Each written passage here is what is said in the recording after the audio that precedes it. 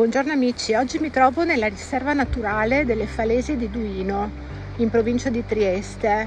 Guardate il paesaggio fatto di bianchi ciglioni calcarei a picco sul mare. Adesso seguitemi perché vi mostro dove mi trovo esattamente. Sto percorrendo il sentiero Rilke che da Sistiana arriva sino al castello di Duino e sono circa 2 chilometri di lunghezza.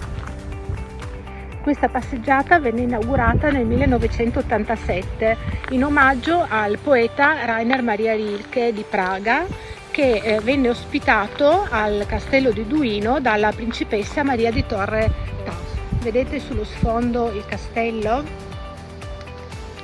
Lungo questo sentiero troviamo anche delle postazioni panoramiche nei bunker e negli appostamenti che furono realizzati durante la Seconda Guerra Mondiale.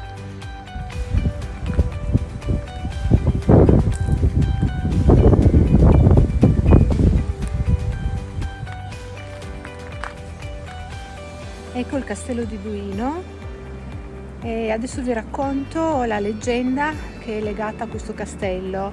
È la leggenda della Dama Bianca. Si dice che la moglie di uno dei signori del maniero, in uno scatto di ira, di gelosia, fu da lui gettata in mare e quindi si trasformò in una roccia bianca che è ben visibile nella baia.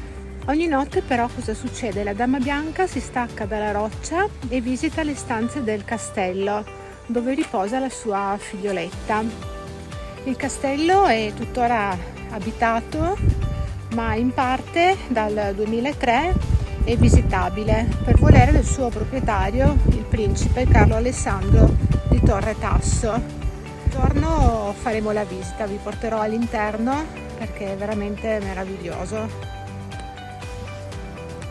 Guardate che spettacolo! Questa è la fortuna di vivere in una città come Trieste.